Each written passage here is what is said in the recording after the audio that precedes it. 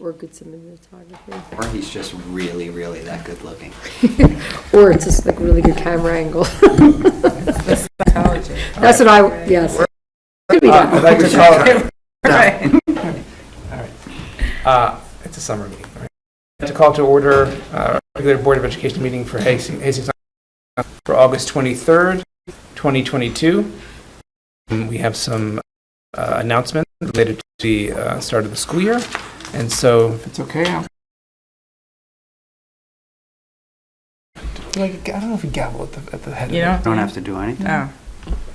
So I can It's go? fun. Yeah. Okay. So announcements are here. Big date is September 6th is our first day back for students. As I'll say in a bit, there are other school reopening. When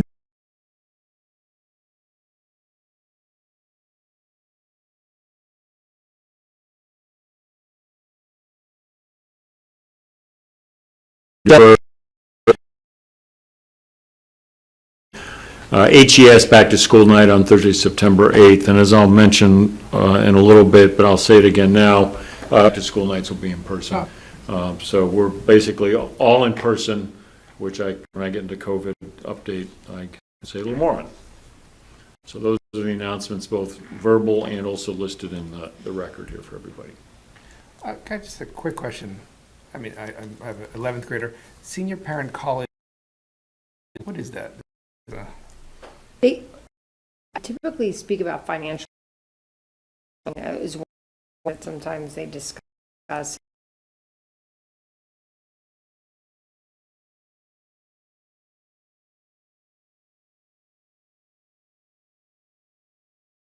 Brought in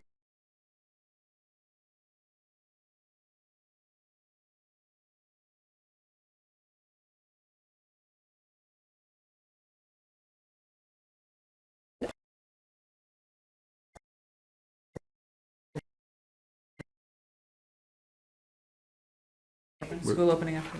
Oh, I'm sorry. Did I skip over something? Yeah, no, it gets a little confusing. Sorry. You do the announcements and the report. Okay. So report, kind of picking up on where the list of events is, that we're in our preparations for the start of school. As the board knows, we had a very, I think, productive, successful retreat last week, facilitated by Ken Mitchell and Susan Wolin, who are well known across this tri-state area for working with multiple boards in multiple districts. I thought it was a real plus, giving us a lot to build on.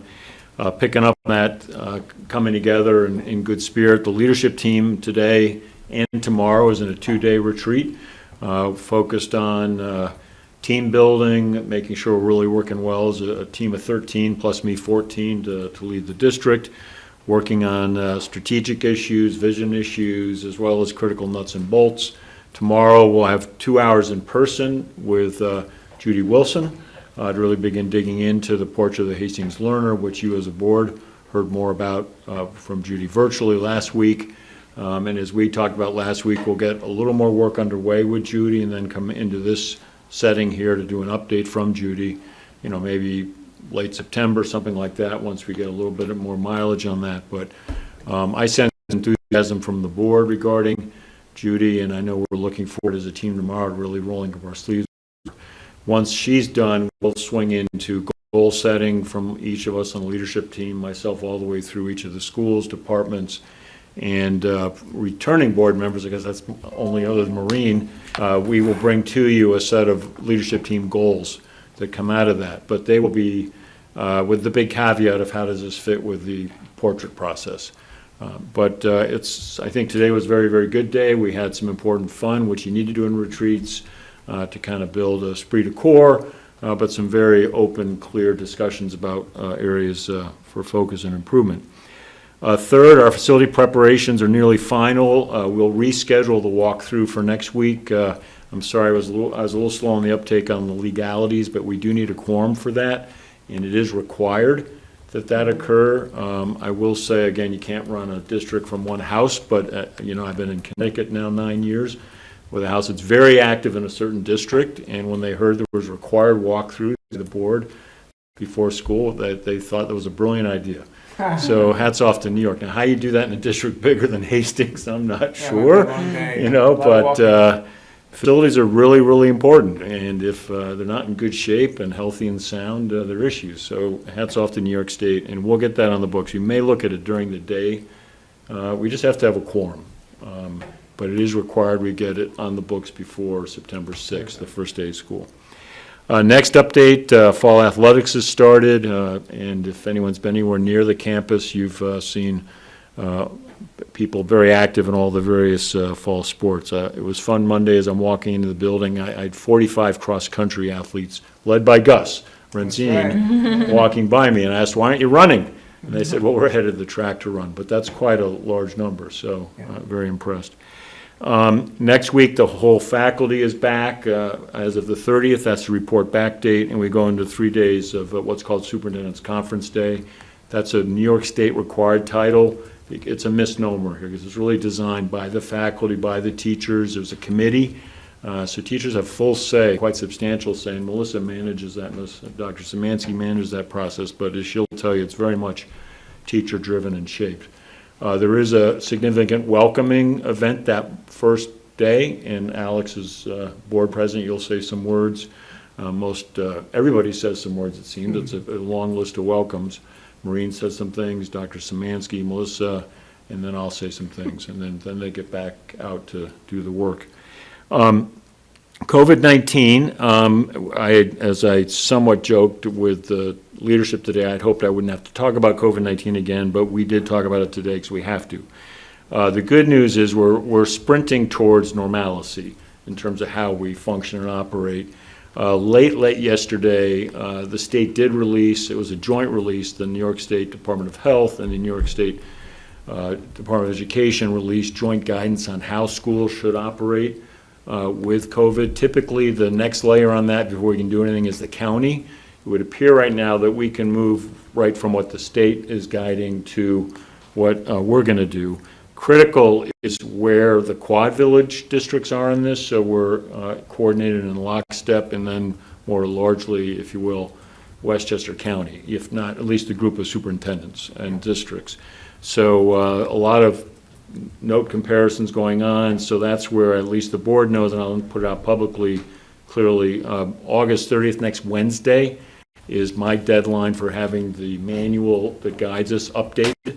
We need a few days here to figure out what indeed this guidance, which I did share with the board, and that'll be put out to the public when we put the manual out, that we just need a few days to figure out how to apply that. And we did spend today in the leadership team probably a good 45 minutes to an hour working through a very detailed chart tied to the manual as to what might change or not.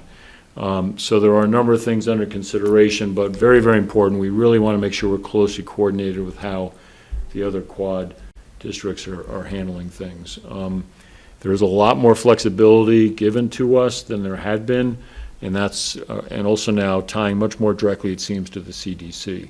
Because in past years, you may know the CDC issued things, but then had to be interpreted by the state authorities, then interpreted by the county, then interpreted by our public health and medical experts. This seems to be a little more direct from CDC to state to us. Some open questions we're working on is, will we continue with the live stream? Quarantines are no longer something, they're gone, but isolation is here. Isolation is required. If you're COVID positive, you have to be out for 5 days. That's not 5 school days, but 5 days, and you're back. If you're no symptoms and masked, that's required, but we'll probably have an honor system on that. We're just not able to track who's masking or not. But given that isolation issue, we are reviewing whether we have live stream or not. That's one thing I have to look very closely at what the other districts in the county are doing. There are a few other issues we're trying to weigh and consider. But we want to just, again, I'm repeating myself purposely on this, we want to see where the other districts are, and we want to kind of announce independently but coordinated what we'll be doing on all these things. I think that'll help families to know that what's happening here is similar to, if not identical to Dobbs Ferry, to Irvington, et cetera. So, so that's the update. I think by the time next week, we'll know a lot more on the COVID piece. And then we'll go from there. Later in this meeting, final comment, there are 2 business items. One is looking at the agenda items for you as a board, and then also looking at the committee membership. When we get to the meeting agenda, I think that'd be a good time for us to give you a suggestion going forward on where we meet as a board. So it's not a mystery. I'm going to suggest that we quickly shift to meeting upstairs in the auditorium. It's a beautiful space. It would really be a nice plus for everyone, you plus any communities here. I mean, it's just gorgeous. And then periodically going up to Hillside to that wonderful space for meetings. But we'll talk a bit more about that when we actually get to that part of the agenda. So that's my update. I don't know if it prompts any questions right now or not. Just, you meant the middle school auditorium, Yes. the new one, right? Yes. Okay, excellent. Sorry, not clear. Thanks. Can I just make a comment, Bill, about Sure. the COVID policy and the remote learning? Yeah, live streaming, thanks. The only thing to consider is then, like, what if somebody has strep throat? What if somebody has the flu? You know, you Well- start going down a slippery slope, I'm sure you probably already considered, so. Yeah, so let me be clear. We're not keeping live stream, we're not yet getting rid of it, but that's one of the exact considerations is, you know, we've done it for the last couple of years, really last year the most, and it was limited solely to COVID. We were fairly strict on that, but we were learning today from leadership that there were people working around the system a bit. Connecticut did not offer this at all.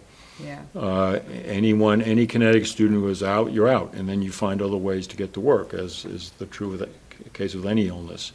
My hunch, and there'll be some families not happy about this, my hunch is we may land with no longer providing live stream. Great. And land with that, you know, if you're out, work with your teacher, work with your principal to get to work and figure out how to cover it, which is how we were before COVID. The caveat is if you read the materials very carefully from the state, there's an item in there, item number 21 is what one of the supers told me, where it leaves open the door to say, if possible, districts should consider how to provide support for students who aren't in school. Well, that could be simply making sure that students are in touch with their teachers and that there's a check and balance on that. Right. That if quickly families aren't getting that help, they can go to the principal quickly. That doesn't mean provide the live stream. But I think that's where, if our fellow districts are not providing it, my hunch is that you'll hear me say we're not. Right. And there'll be some people who will regret that, but I think Yeah, I agree. it's the teachers want us not to provide it anymore. The big difference is, you know, with other reasons to be absent, this is the one where occasionally you have no symptoms, and the families would want to send their, you know, when you have that no symptom third, fourth, and fifth day. But I'm sure Remember President Biden got in trouble for that. did he? I missed it. But I know our families later. will be ready to be flexible, as Yeah. it looks like we're doing well. But it is tough on those hillside kids when they have no symptoms. But we did well. I'm sure we'll find another way. I do think it's an interesting point you raised, though, that it's one of those things like, what's the actual problem, right? And does the solution fit the problem? And when you talk about, instead of a live stream, you know, understanding what is a student actually, what support do they actually need to catch up if they've been out of school? Now, live stream's one thing that might help them, may not, you know? But I do think that gets to the heart of the problem, because personal experience and talking to other people, when your child misses time, I think for most parents it's a very ad hoc thing, like, oh, call your friend, find out. So I think even if we don't go with live stream, to have a well-defined process of how we, you know, catch students up would be very valuable and welcome, and not just for COVID, you know. So I think it's a good point you bring up. Yeah, and I think that's helpful to have the board saying that, because that's something we should make sure we secure a bit better. Yeah, all right. Thank you, Dr. Sure. Kersey. I'm going to pass it over to Dr. Szymanski for an update on curriculum and instruction. Thank you. It is my pleasure to report that there's been some really excellent curriculum work this summer. So I'd like to say thank you to the teachers who participated and the leaders who participated as well. So first, middle school mathematics. Over the summer, math teachers in grades 6 through 8 came together to debrief the big ideas implementation efforts from the previous school year. And the first thing we did is really report out, we referred back to the work we did the previous summer around our implementation agreements. And there were also agreements that we made around parent communication and how that would look. So we went through each of those areas. And we also looked at state assessment data from the past. We looked at our local mathematics assessment data, our STAR data, and things that were happening in the classroom through the program. So we investigated that together. We talked about homework. Teachers shared implementation areas of strength and areas for growth. And one of the things that I'm really proud of the group is that I felt that everybody was brutally honest. It was a very safe space to say, this went very well, this could go better, I didn't do this one thing on the implementation agreement, here's why I didn't do it. And we actually worked. My experience has always been if somebody's not doing something they've agreed to do, there's a very good reason why they didn't do that, and then we explore it. You know, is something not working? Do we need to tweak the agreement? And it was a very good process.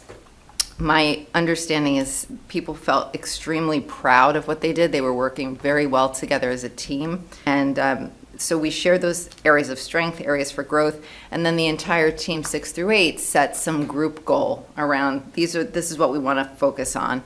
And those 2 areas were assessment and differentiation, around bringing that to the next level.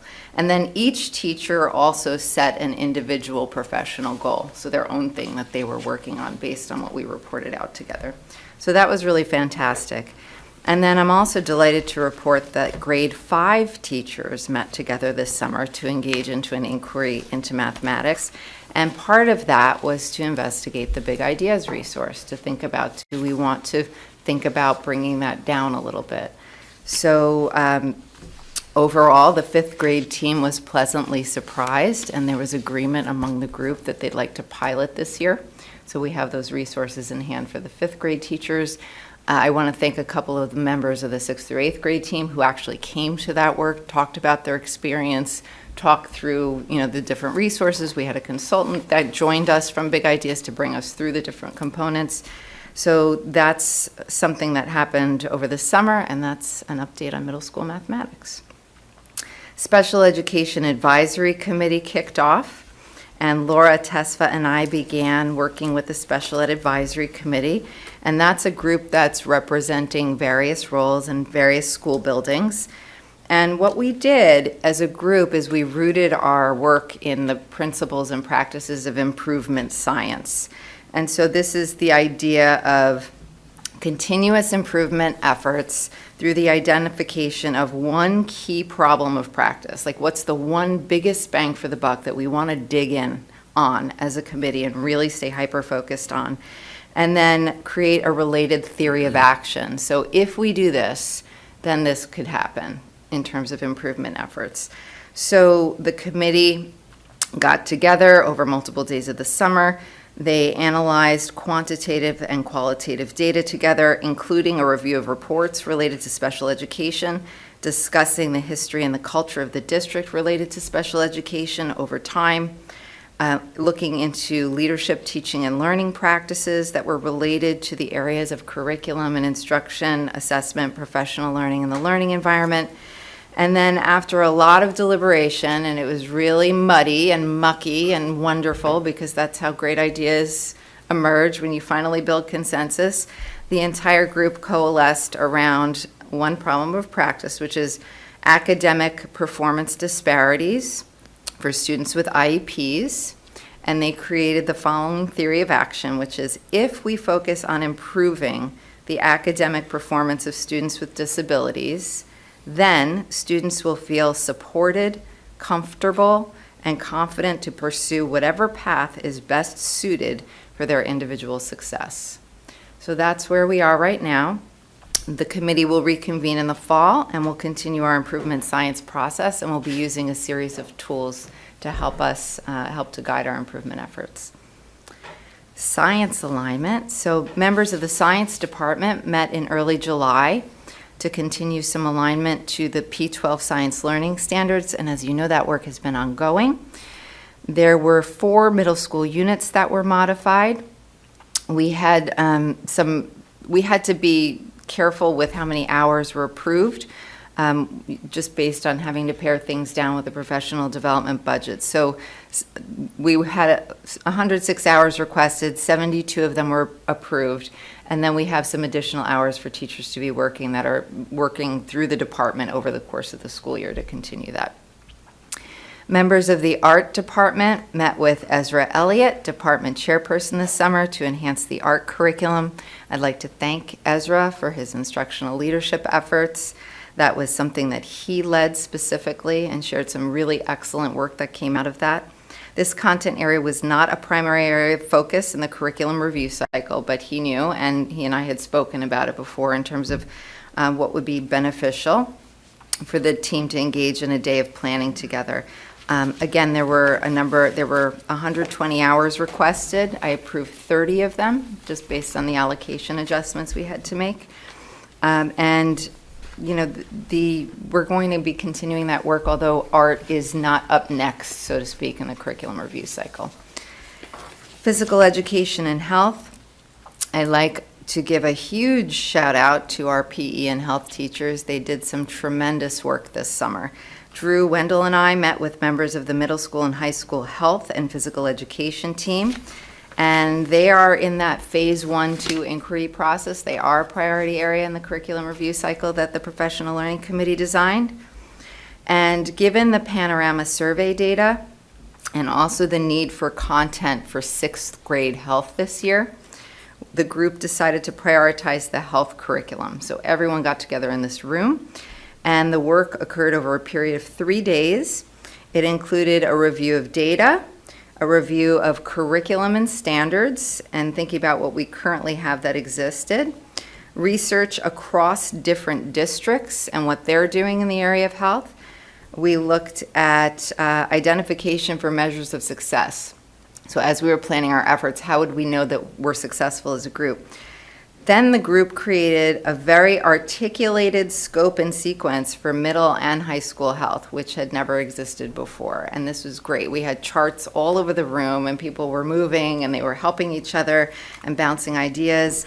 There was a whole collaborative design and peer feedback that happened. So when we started together, then we went into a little bit of divide and conquer mode based on what people were teaching. Then we came back together again.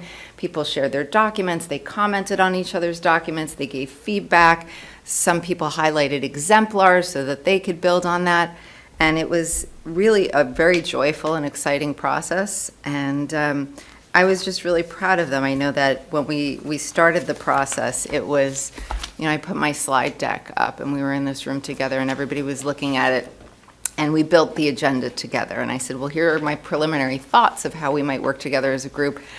And I started with something called the mood meter, in terms of how are you feeling, right? So the mood meter has a red section, which is like, you know, more of that angry zone, and a blue section, which is like lower energy, and also, you know, less favorable in terms of, you know, less positive. I shouldn't say less favorable. There's no favorable emotion, but less positive. And then the other side was this yellow, which is like energetic and positive, and green is less energy but positive. So these quadrants. And I bring this up because, you know, I went through the agenda, and I started actually, and everyone was like, it was like yellow-green zone. Everyone was in this kind of favorable zone, good energy. Everyone was either energized or mellow, a couple of outliers. But then I took us through the agenda, and someone in the room said, I think I'm in the red. I think I'm moving into the red. And we just kept recalibrating, and everyone got back to where we were. I said, okay, so how do we get back there? Let's rebuild the agenda. And we moved it through. And it was a really strong experience. I really enjoyed working with that team. With an anonymous exit ticket, it appears that they all really enjoyed working together too. The feedback was very favorable. And they said that that was really the first time they had been able to get together as a department and work on an articulated curriculum. So that was very, very exciting and a whole lot of fun. And really good work in support of children came out of that. So that's a highlight that I'd like to end with. And again, really proud of our professionals and the work and the time they dedicated over the summer, and more good things to come. Any questions regarding the curriculum instruction update? All those meetings were teachers coming in during the summer? That sounds excellent. It's nice work for the departments. Thank you, Melissa. I just have a couple questions. One is on the Big Ideas Math for fifth grade. Is it very different from what they're doing now? There isn't, they have worked together as a group in terms of looking at standards and creating different ideas in terms of how that looks within their classroom. There's not necessarily an articulated scope and sequence in the same way that there is with the Big Ideas curriculum. One of the things that we looked together at the group was the data, right, in terms of grade performance, even looking at the recent data, which I presented at a board meeting, I think, at the end of the school year, and the disparity that we're seeing in certain places. I'd like to just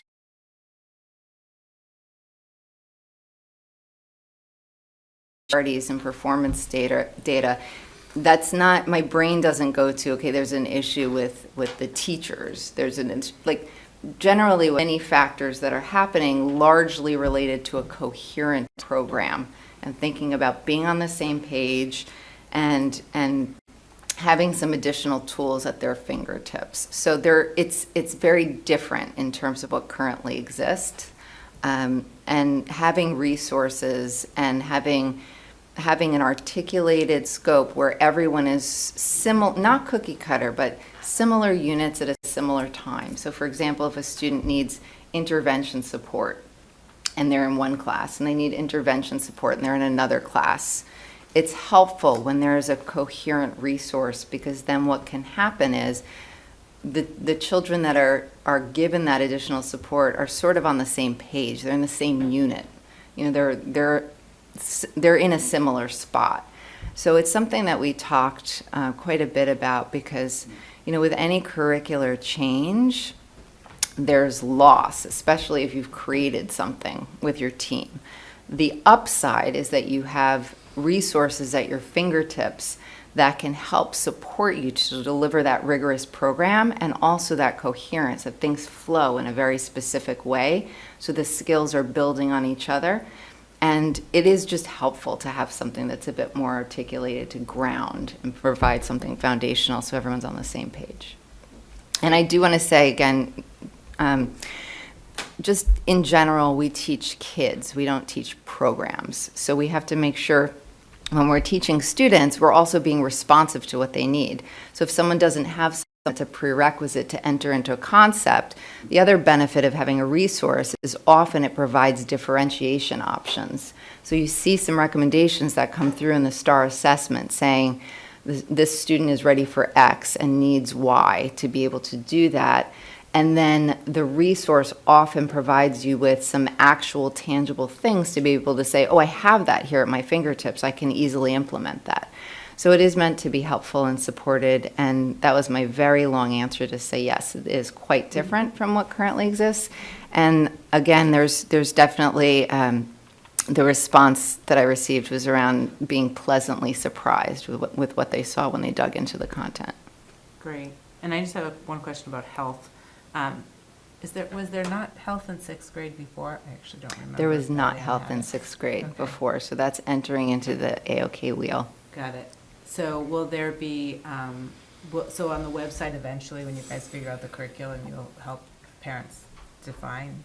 Health is like the trickiest one, I think, because it can be awkward and embarrassing topics that are necessary that I'm glad are being taught, but, you know. Yeah. So just Math curious is if supposed to. Exactly. And I think that the mood meter sounds like something they should be teaching in health, so kids can recognize. Yeah, their we talked moods. about that, I actually. love it. Yeah. It's No, great. it's great. And I actually start a lot of meetings that way, because it's remarkable, you know, how people can or cannot be in a headspace to access something based on what happened 10 minutes before, and just knowing where someone's headspace is before you enter a room is really helpful from a place of empathy, and also calibrating. If I have a room full of people who are in the blue that are feeling very badly and they're tired, I'm going to do a movement activity and get people moving around. Right. So we adjust, and none of these emotions are bad, But if we're saying we value a focus on emotion, right, for our students, then we should also be thinking about that in the adult environment too. So I agree. I love it, Yeah. especially with, tweens and their emotions are changing every That's 5 right. minutes. Yeah. That sounds great, thanks. That's right. Thank you. Dr. Zimransky. Thank you. Next up, we have a report from business official Maureen Carvalho.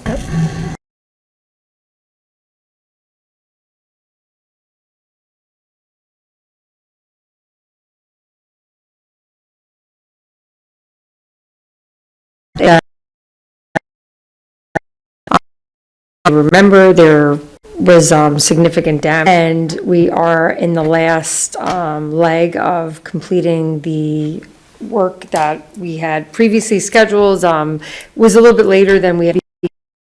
The college should be open completely next week, and the athletic department has been working with Joe, and they've been able to accommodate all the practice locations for the next week or so. So I know there's been some people in the community also that had some questions about the track. So I think, at this point, we're hoping nothing else occurs, that everything should be open by, I believe, August 29th. I know something had gone out, but I just wanted to mention that here. But as part of what happened during Ida, we've also been looking at ways and ensuring that whatever damage had occurred prior, we want to ensure that doesn't happen again. So the district has been working closely with the village on the next steps required to improve the drainage systems at Reynolds. As many of you may be aware, the village is currently upgrading drainage systems on the properties that they own. And when I say drainage systems, this is really all the water that flows into street drains, sewer systems, that is then eventually taken out throughout the village. And again, some of that runs through our property. So we're working lockstep with them, ensure that things that they're doing, that we're aware, so that as we do the improvements that are going to be required specifically at Reynolds Field, we are ensuring that the design that we're anticipating that is needed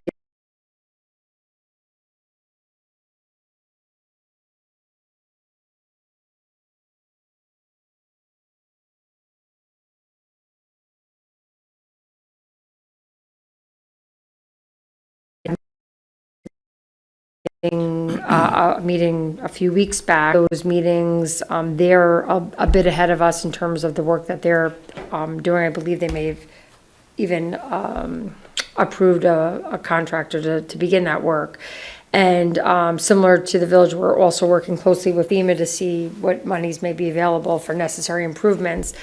With the Reynolds Field property, the drainage I'm speaking to is really the culverts that are located behind Reynolds Field. They're kind of up in the wooded area there.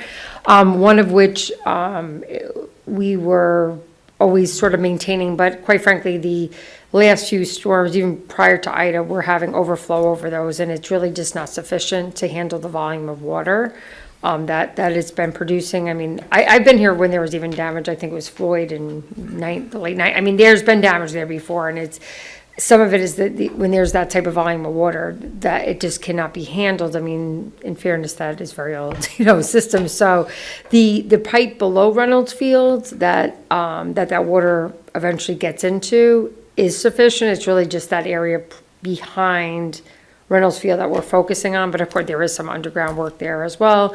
There is some work that is behind people's homes and things like that, and we are in the process. Part of one of the approvals for this evening is our architects and engineers have been starting to engage in that work, and we're anticipating this is something that is not so much we're looking at, we're have to do, and this will be something in the next few months where there's an urgency around it, especially because the village is doing it, and whatever they do, we have to be, with the improvements that they're making, actually, we need to make these improvements very timely and to ensure that, and it's beyond even the Reynolds Field, the people who live beyond Reynolds Field could be impacted if we don't improve those culverts. So we're still unclear on what FEMA may or may not. I mean, there's a whole other conversation about how this is getting paid for. We're not quite clear on, we'd have to have the design and understand what needs to happen in terms of the cost of that work. And then we have an open case with FEMA. We've been talking to them, but, you know, we have to kind of submit what the plans are. And I know in speaking with them, and I don't want to get too ahead of ourselves, I know there's certain things they have funding that, they have different types of funding for different improvements. I'll leave it at that. And once we have the full understanding of what is needed there, and then what may be available through FEMA, and then what other obligations we will have, this is something we will be needing to work on. And I anticipate it'll be happening in the next few months. We're going to have to submit plans. Any work we do on our properties, as a reminder of process, is always required to go through the New York State Education Department for approval, engineering approval. So although we're coordinating very closely with the village, that is where we get our permits to do our work. So we will still have to follow that process regardless who's paying it, or we're paying it, FEMA, whomever. It's still required to go through that process to ensure that we're able to commence with that work. And then depending upon, once we have a really good understanding of what we're looking at, we'll be coming back to. It may require easements. There's people, I mean, the way the drainage is, it's kind of running through the back of people's property. It's actually, I think we're beginning to get a really good understanding of what needs to get done, and they are actively working on it. Joe and I spoke today, and we're hoping to have a meeting early next week again with our architects and engineers. So this will be something we'll be talking a lot about in the upcoming weeks. But I mean, it's all good things. I mean, this is just, it's a very, unfortunately, like similar to the village, there's an older system, and just the volume of water that is occurring. And we want to ensure that there's no more damage to anyone's, our property or anyone is impacted by it. So, so I just wanted to give you a little bit update on that. And then finally, with the transportation, these are always the nice hot topics. I always say I'm doom and gloom, the things I get to talk about. Melissa has Buses. yes, I know, it's like, nothing, Bring it up. nothing happy. So our transportation portal for parents was open this week, and it really allows both in-district and out-of-district, is the first opportunity for people to, kind of see the proposed route for their students. As much as there's many times we go over the routes, we've adjusted some things, not completely surprising. There was some information that was in the portal that was not accurate that parents had. So I'm sure maybe the board may have been reached out to. I've had a few emails and conversations with some folks today, and I did report back to transportation office that there was some mistakes. So as an example, we talked about centralized pickups. There are some schools in which we have done this year, and it would be appropriate to continue to do that. And some of our private school students, where it makes the routes more efficient and allows us to get more bang for our buck out of the use of the buses with other districts. But there were a few of our special education, parental placement, elementary type, and they were given something that suggested they would have a centralized pickup, which was not the case. And actually, that was something that the last time I saw the route wasn't reflected. So I think what happened is when they probably went to make adjustments to another route, somehow that one got in the mix, because there are a few newer folks over in that office, and I think some of them may not be familiar with the school. Like, they may have seen the name of the school and just thought, oh, okay, this is one of them, and not. I mean, I'm just guessing now, but when I sent it over to them saying this was not, there were certain schools that, and again, based on the age of the children and the particular school, that was not something we were, making a recommendation to make a central pickup. And I, said that needs to be adjusted. So, in addition, right now, it looks as though we have enough buses. I mean, last year, as we all know, there was a huge bus shortage. That was impacting everyone, not only Hastings, but really just statewide. I think it is still pretty tight. I think they're still struggling with securing drivers and things, but we're in definitely a lot better shape than we were last year. So we're hoping to have a much smoother opening of school. And in some ways, I'm happy that the portal, they try to get it open, as early as possible this year. So as these things are, or as a parent has a question on something, hopefully we'll have all these things sorted out so that the beginning of school for these students will be, much better than they experienced last year. And we know that it was a really tough year for a lot of our students and their parents, especially our out-of-district students. So, we're pretty optimistic I've gotten responses back from Ardsley, Transportation Department that they're on it and they'll ensure that these updates. So in the next day or so, it may be a good idea, maybe Bill, I was thinking this, just maybe I should send out a blast or to these parents, just because I'm sure Reset. some people may not have even looked at it yet, so I'm going to constantly get, just to say we're on it, and I don't know, I mean, I know that one, two schools in particular that was an issue with, so I just maybe, just to assure them that there has not been a big, That'd be a good idea. yeah. And as far as the transportation, another piece that we will need to discuss, and this is at the policy committee meeting, the way and this is just an important piece for people to understand, with the transportation policy for out-of-district students speaks to the school for private, non-special ed student, and this is really guided on state guidelines. If it's more than 15 miles, we wouldn't transport them. So they're private school and it's in somewhere that's beyond that, unless you had an IEP, it's up to 60. But what the policy doesn't clearly articulate, although it is in fact how we manage the transportation, the flip side of that is how far away does the school have to be to make you eligible?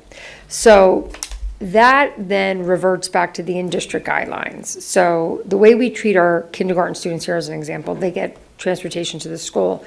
We're required by law to also transport a child, say if they were going to a school, not that this is the case with any of our children, but if there was a kindergartner that was attending a private school that was 3 blocks from their house, we would also have to transport them.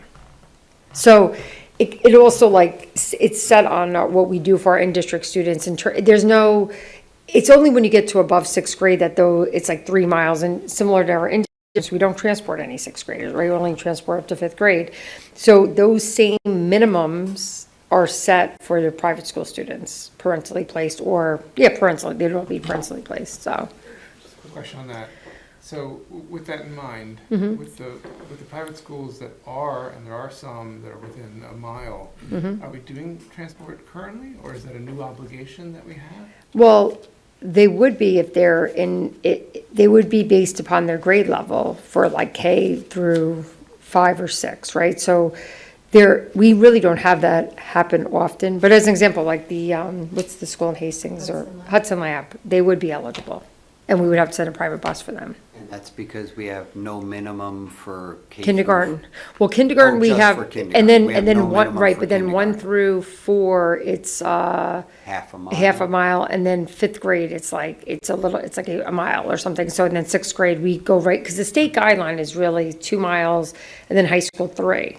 So but all of those, all of that, transportation policy for the in-district or for those, modifications to the state are only done through, the board can't change it, it has to be done through a full vote. So those were established, it's similar to a bond, you need a vote of the public to make any modification. But that being said, if somebody really were to push it, we do have to provide it.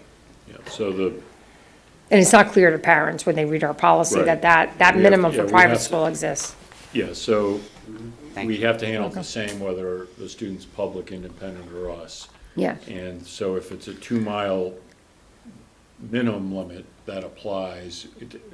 but if it's a mile, it Right, applies to. small. Or less, but it just lines up, we have to make our policy language a little clearer in some regards. And we do on have that. 2 private schools that are probably Which we within our can work on the minimum policy. masters.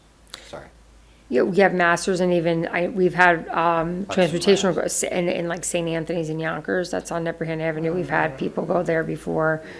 Yeah, I mean, there's not as many as there had been, I think Irvington is probably beyond that, I don't know if there's any other.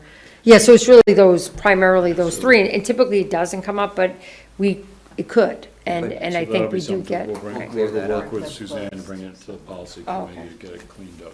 Yeah. Okay, excellent. So that being said, we wouldn't treat, just because it's not there, but in fairness, a parent, if they were to read it, they would say, no, I'm within, the school's a half a mile, but it's up to 15 miles, so I'm eligible no matter what grade my child's in, they're in 7th grade, we're like, no, you're not eligible. So we've had, we've got legal challenges. Now, we think we're gonna prevail, but people can legally challenge us. All right, but that's a policy that we're looking to. Yes, I just clarify. want, I just figure I'd throw in Yeah. that transportation just as something that is an area in which, as those requests have come in, sometimes, and in fairness to someone, if you were just to read the policy and not look at, you'd be like, I'm under 15 miles, I'm good, so that's all. And if I may just underscore Sure. some Maureen raised, because in sort of my school reopening, I knew Maureen was going to go here, but do recall, and it feels like yesterday's made a moment here, I thought, my gosh, this year went so fast. Because last fall, we had that very disappointing opening, not due to us, but that very disappointing opening, which is putting it mildly, regarding transportation, and particularly for some of our own students. So we don't want to let that happen again, as Maureen said. So we just want to, a week or so out, let you know that we're focused on that. Well, Maureen's really focused on it. Right. I won't take credit, but we definitely want to avoid what occurred last fall. Okay, excellent. Sounds like it's well set up. Be a good thing to avoid. Yeah. Yeah, that was not fun. Well, for the kids, which is most important, it was not a good situation. And in fairness, I mean, like, it was, a crisis everywhere, and then it was Bus exasperated by our own, the turnover, which was, due to illness. There was a lot of, like, moving parts that made it, worse. But in fairness, like, people, like, if it was your child, like, and many kids were without transportation for, like, months, like, with, prior to their child receiving what they're entitled to be honest, so. And I'm talking about some of our special ed, our own placements were not, we didn't have buses for, so Yeah. it was a crisis. But right now, that's why on paper, it looks as though they have everybody. Now it's more about adjusting it. We're in a better place, but there may be some snafus in what either the times are or the pickup locations, and we're just, figuring those out, so. Okay, excellent. Thank you very much. Welcome. Any other questions or? Can I go back to water? Sure. I wanted to let you finish this paper. Did you say, on the work that's gonna be done, that you have to submit plans to New York City Department of Revenue? No, I'm sorry, New York State. Yes, yeah. And then the easement is my second question, because it sounds like there's kind of a small window of opportunity to coordinate with the village work. Yes. Will the easements be a problem? No, I think the easements I was really referring to are just, again, we're getting, they're doing a lot more design work and really looking into it, but if you kind of walk behind there, you'll notice a lot of the systems sort of either run very close to homeowners' homes, and there's even a garage that actually, like, town drainage that is ours, because I guess the property that it actually is on is ours. So as an example, like, there may be a requirement to either, requests of those homeowners, or we may have to say, like, we have to do something here because we need to fix that. So those things, I believe, my understanding is a lot of the easements we may be looking for, which would just be an agreement, would be something we would go to homeowners if they were going to be impacted there because of the proximity to their property. And, but as far as the village, we're very clear on, which was good, of course, getting our engineers kind of in lockstep. And we had met with them, quite frankly, after IDA, and we've had a few meetings, but now that they have their formalized plans, of course, now it's important for us to be like, okay, now we can now proceed with what we need to do, because it was important for them to figure out what they were doing, because whatever they were doing, we need to ensure that we're, the piping, like, it all has to be coordinated for it to work correctly. So, and then some of it, because these things have never been, I guess, touched, since, I mean, maybe Jeremy would know, but my understanding is that they're kind of original. So some of where they are may have an impact to a homeowner. I mean, nothing like that. We would, of course, it would be an improvement. So I'm sure they'll be welcoming it, but it may require us to do some of those type of agreements. And either worked even around Reynolds Field, if we were doing some work that may be impacting somebody's property, or require us to be on their property in order to do the work, so those kind of things we'll sort out. And that's where we're ensuring that wherever the property lines are, just so we know who may be impacted. And I think that the homeowners, I don't want to speak for them, but I'm sure many of them, because it's right behind their homes, they've seen some of the damage, and I'm sure that they'll be happy that, we're kind of doing something yeah, because I think if those things overflow, that could also have a negative impact. I mean, there's damage on some of the retaining walls that are sitting behind these people's property that I have to imagine has to do with this water. So I don't know if that, we'll have to flush out, like, how we'll ensure that that's either addressed as well. So. Excellent, thank you. You're welcome. I just have two Sure. quick questions. One is regarding the first about the Reynolds Fields. Yep. And whenever something like that needs to be fixed, do we pay for it with the village, since the village, people in the village also use the fields, even their school fields, but people use it, outside of school people use it? Right. So, I mean, in this situation where it was fixed, we were fortunate because our insurance, the school's insurance, to Right. cover the repairs to the facility. But in terms of the agreement with the village actually owned the property. They owned Reynolds Fields. However, I forget how I know I have it's upstairs somewhere, but they were the owners of that actual property. And in the 40s, the agreement was that they would give it to the district for our use to develop it for what was needed for the school. But the agreement was that, being that they gave it to us for free, that they would be able, that the agreement was that village residents would be able to use it also for like passive, recreational use. So that actually is a longstanding agreement. So the answer to that, but like as I've said to the village, quite frankly, it is the same tax base. It's like either, it's just more a matter of, who is responsible, because at the end of the day, if whether we pay for it or the village, I mean, I know, of course, not that it ultimately is impacting the village as a whole. And in this situation, similar to the village, we're both hoping there's some federal monies to help improve, because I think there is definitely some money available for these type of projects, and we're hoping both to, be able to get some money from there, and then whatever else is left. But as far as the improvements of it, no, they don't. And we have an agreement with them that is how it was, and that, is very old, so, Makes sense. yeah. Might be worth revisiting. And the one thing I will say, I mean, the good part, I mean, just if this is I think it's a good piece for us as far as Reynolds Field. Because we go through the state and we do receive funding, like back from the state on things that are associated with the school, like there's times it is almost advantageous for the school to own it, because I'm not quite sure, I don't want to speak out of turn about how the village receives money, because I know they also are entitled to some grants for some improvements, but I don't believe, like, if they try to develop that property, they wouldn't have gotten the help from the state where we do as a school. So, like, it is sort of sometimes it may be better for us to own something, because then in certain situations, we get funding from the state that they wouldn't be entitled for. So, like, just from that perspective, at least we are getting some money from somewhere else too, for that work. And then I just have one quick Sure. question about the busing. Yep. I know that there's not a centralized location for our kids with IEPs, but can there be a centralized location per neighborhood in the same way there is for the regular bus Yeah. routes? So it's not door to door for each Right. kid? No, and I think that, quite frankly, that I think is the right, and occasionally there I'm talking about not. No, I'm I talking know- about special ed. No, I know, not private yes, school yes. kids. So, yes, could that happen? And a lot of it depends. I mean, sometimes that has happened just organically. I'm just in years, like I know, like, just as an example, they've adjusted bus stops because, once the bus starts, it's just the parents like, well, instead of you winding down here, could you come 5 minutes early if we all came to this corner? So some of that has sometimes organically happened.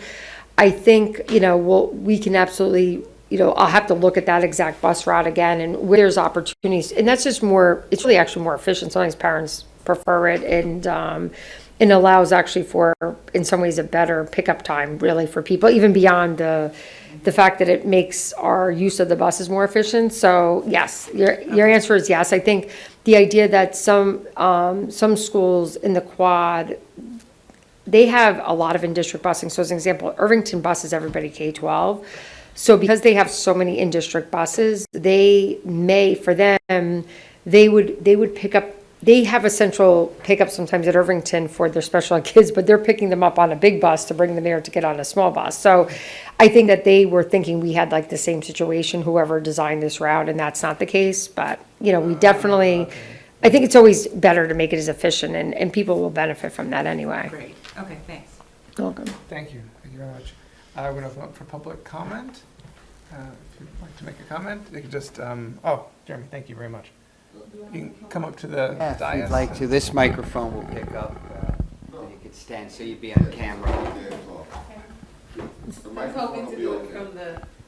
Yep, we're good. Thank you. So I just wanna, I'm not sure if, Just state your name and oh, where you're okay. from. Hi, my name is Sandy. Are you getting it? Is it anything else? Yeah. First Oh, name, you- last name. first name, last name. Sandy Ramirez. Address. And that's fine. And I have a couple of Sorry, you just have to questions. say your address. My address? Yeah, Okay. just for legal reasons. we have to- 405 Worthington Avenue. Thanks. So I'm new to Hastings. My daughter, I'm sure you guys met her last year. Last year, and I'm here. Maybe you guys could guide me. I have a couple questions and I have a couple concerns. One of the biggest things that I kind of came today for was for school uniforms. So my daughter has gone to Catholic school and private schools her whole life. This is kind of her first time going into like the public setting. And as much as we love to buy clothes and stuff like that, she is kind of too worried about that. And I do notice, and I do know from experience, that's why I said it, that when kids have uniforms, even if it's optional, you know, there's less worry on what they're wearing, how they look, you know, and they have more to focus on school. So I don't know if you guys are the right people to talk to, or there's someone else that you guys could guide me to. I know probably this year's too late, but just to bring an option to parents, it will make everyone's life so much easier. It brings a balance to the school where kids are not looking at what they're wearing or what they're not wearing. It's optional. Some schools have it where it's optional. I know some public schools. So that's just one thing that I would like to kind of bring to you guys. The other thing, I was listening about the curriculum, and I'm kind of excited about that, but I just have a question. Is it going to be done online or is it on paper? Because last year, my daughter, again, she was telling me about how they don't do anything on paper anymore, how everything was done in the computers. And it was kind of a shock for her because in a lot of private schools, they make them right? They make them, you know, use their hand, use their skills, something that we're losing. And she was in 4th grade last year. A lot of stuff, she was like, Mommy, I don't even do anything on paper no more. Everything's on the computer now. And, you know, I think kids miss that. I think it's a good thing for kids to have, you know, hands-on, right, activities. If you look at Steve Jobs, you know, he talks about how his kids go to school in places that don't have iPads, that don't have computers, you know, because then you get to use your brain, then you get to use your hands. And I think that's something that, you know, we want to be, right, technology advanced and we want to be fancy, but at the same time, we're taking away something that our kids need, especially at early age. So do you know if it's going to be in the computers or is it hands-on? So I'd be happy to answer your question, but I think with public comment, I don't think I can. Yeah. Right, just to let you know. Oh, okay. You know, it's good to, the intake, it'll let us know what you're thinking, and maybe you could reach out to Dr. Szymanski, and would that be okay? Happy to. Yeah. Correspond. That'd be great. Okay, so it's just me kind of telling you guys my ideas. Yeah. Okay. And then we take that and we talk about, we can talk about it with, you know. That's fine. we Yeah, can no, take I'm it into just, you know. consideration.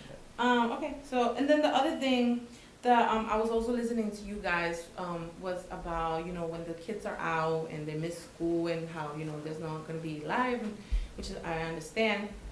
But one thing that I really like from one of my daughter's school that she went to is that they have what it is, an app, right? And in this app, all the parents will be there. So now what we're doing is building a community with parents. So if the kids are missing class, then they get to sit, they don't, sometimes you reach out to the teacher and the teacher's busy, we understand, right? They don't get to check their emails, they don't get to check their messages or whatever. But parents, right, we can communicate with each other. We say, hey, what's the homework today? What was the homework last week, you know?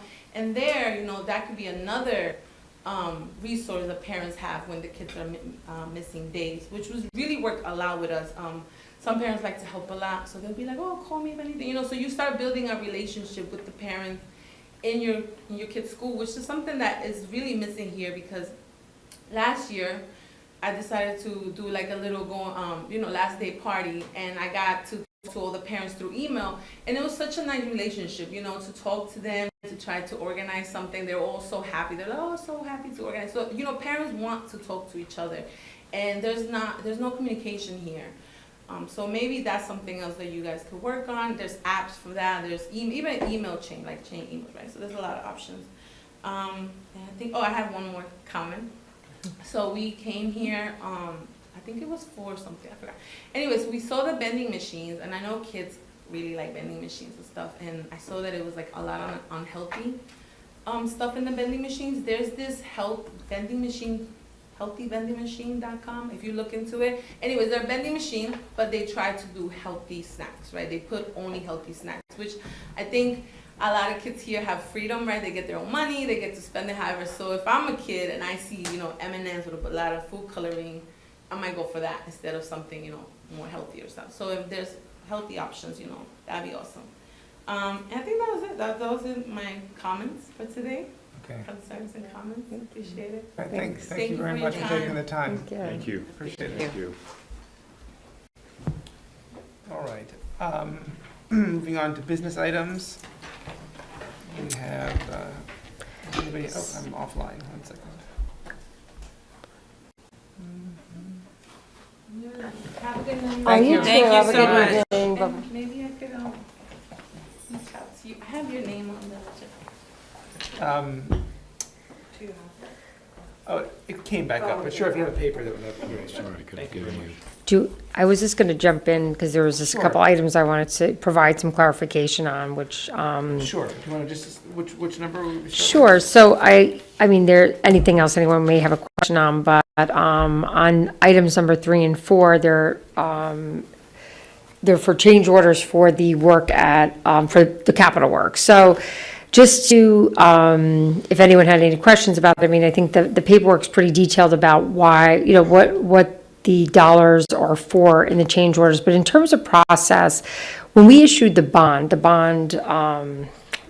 budget, the budget itself contains, and this is typical, this is not just our school, that the bond, when we broke it out, they anticipated, they projected there'd be a certain cost for each project. And then in addition to that, which is not, it would be like anyone in your own home, there's always like contingency money built into the project. So with the bond, this particular $18 million bond that we issued, for all of the work, there was, I'm trying to think, there's about 15% of that money was for contingency, for either design contingency, for professional services. I mean, you could have there's multiple things that happen. There's occasionally when you get into a new construction, there could be items that were missed or thought, there's reasons that you would have change orders in any contract. And the long and short of it is these are a summary of them, and especially with one of the contracts, because there was like some that we actually were getting credit change orders and things like this, a summary, and this is the closing documents for these projects.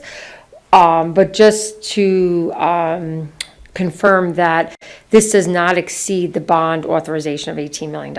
And I know the word change order really refers to, we had a contract with you for $5 million, and now your contract is $5 million and change. It doesn't mean it exceeded the authorization. Your $5 million contract may have been less than we anticipated it to be in the beginning. So the good news is that these change orders actually reflect, as a percentage of the total contract, are like less than 2%, or change of the entire contract. And typically the range is up to 10 or 15%. And that's typical, not of, I'm just saying Hastings, but I guess in the industry of seeing, when you're doing work, you may see some changes of, sometimes driven by us. Oh, we thought this door lock was this way or that way, so, and those are just the details and the designs. And it's not unusual. And actually, we were quite happy with the fact, the last few projects we've been very, happy that we have not seen a lot of change orders, which is reflective of, I mean, I give credit to the engineers and architects who do a good job putting the plans together to kind of protect us. But I just, I know that it is, sometimes you look and you're like, wait, is this additional money? Because it, it would seem that way. Right, so, change order, I'm sorry. Based on an email thread I think we saw from the resident, would it be fair to just say, these sort of change orders don't require us to look at budget transfers? No, because it's within the bond proceed. Within the bond proceed. Yes. These won't affect No. what's been, that's No. what I Yeah, wanted yeah. to hear that out. That Ye- sounds great. Yeah, I know, and I probably gave it too long of an answer for something that could have been No, done. you did not. I just wanted to, this is not affecting Additional, yeah. our operating budget because of what you described earlier. It's Right. pre-allocated money, Right. essentially. And it's separate from Right. a line to line. Right, but the board had approved a contract for a contractor at a certain rate, and this is, and there was some contingency, when we approved all the contracts, we had contingency money available, and this is just showing, in this particular contract, we did have to use a little bit of that contingency money within the bond proceeds to finish the work, so it is all within the proceeds. And Thank in God. number 3, there's actually a savings. Yes. And number 4 is Yeah. an expenditure. Yeah, So- yeah,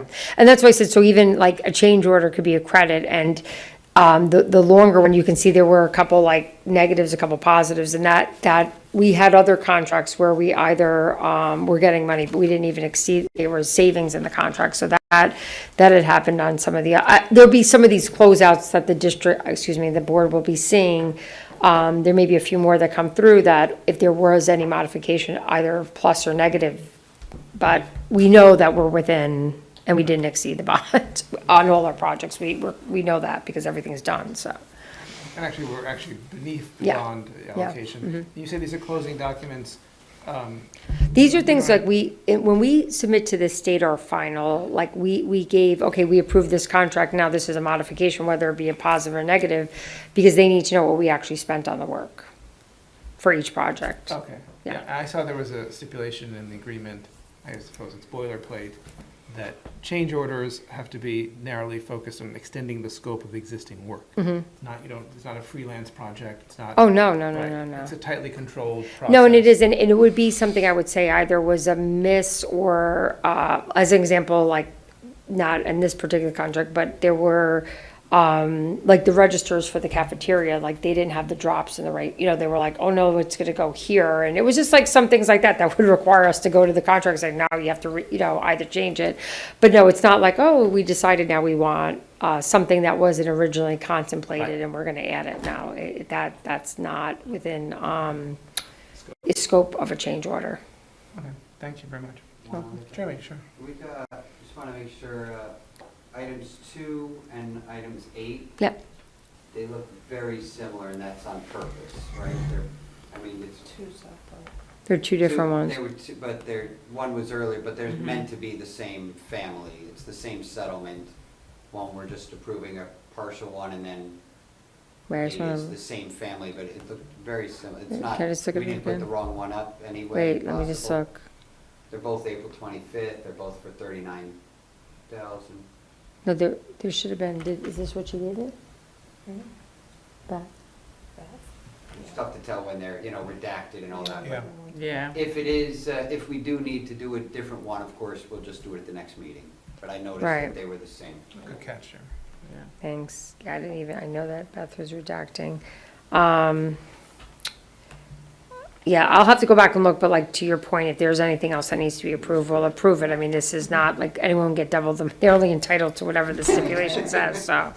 But because there's so much care put into the Looks like maybe redacting. One was an early version that we have to It may have been, approve, right. And then the 8 is the final version, as long as it's not two separate Yeah. families and somebody's got skipped over.